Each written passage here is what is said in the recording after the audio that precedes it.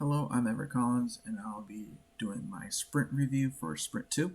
So as you see, we have our Sprint 2 build in a folder here, so I'm going to go ahead and launch that for Jack's Journey. I'll tell you what I did as soon as we open up the level.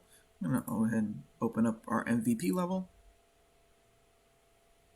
Okay, so the task that I was tasked with was a isometric camera, the base enemy functionality, the enemy health, excuse me, and the player health and mana. So as you see here, we have our in our chart in our top left, we have our health, which will be updated as we take damage, and our mana, which will be updated as we throw cards.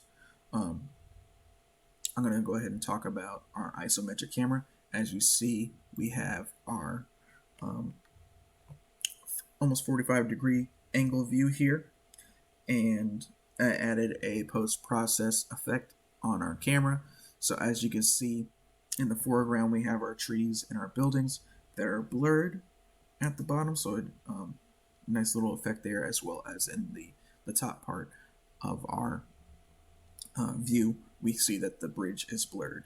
Um, so yeah, I did that, as well as I added a custom depth material,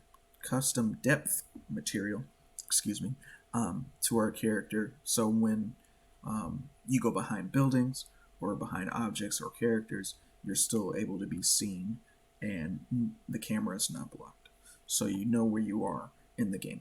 So as you see here, it's nice little subtle color, nice little tan color, so it wouldn't stand out too much that is jarring. So I just made a little subtle thing here. So as you see, the well, the trees, the building, as well as our character here, won't block the camera. So we'll go ahead and move on throughout the level, and I will show our base enemy here. As you see, he has a health bar and a walking animation. He has a couple other movement things, but as you see here, as I attack him, his health updates and he plays a sound.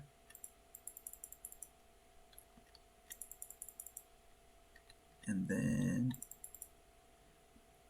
he dies and it plays a sound and it destroys the character, and his mesh is no longer in the world, so we're not like tripping over it or anything like that. As you see, we took damage and we lost a heart. If you were watching, it does it in the traditional Legend of Zelda style, where you have 4 quarters to a heart, and they go down in a radial type of way. So we'll show that again. I will also throw a card to show that the mana works.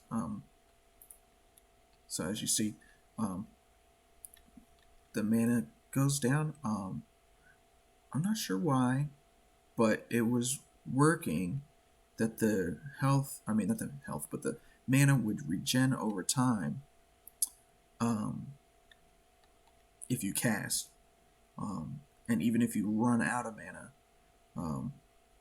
it won't play the animation.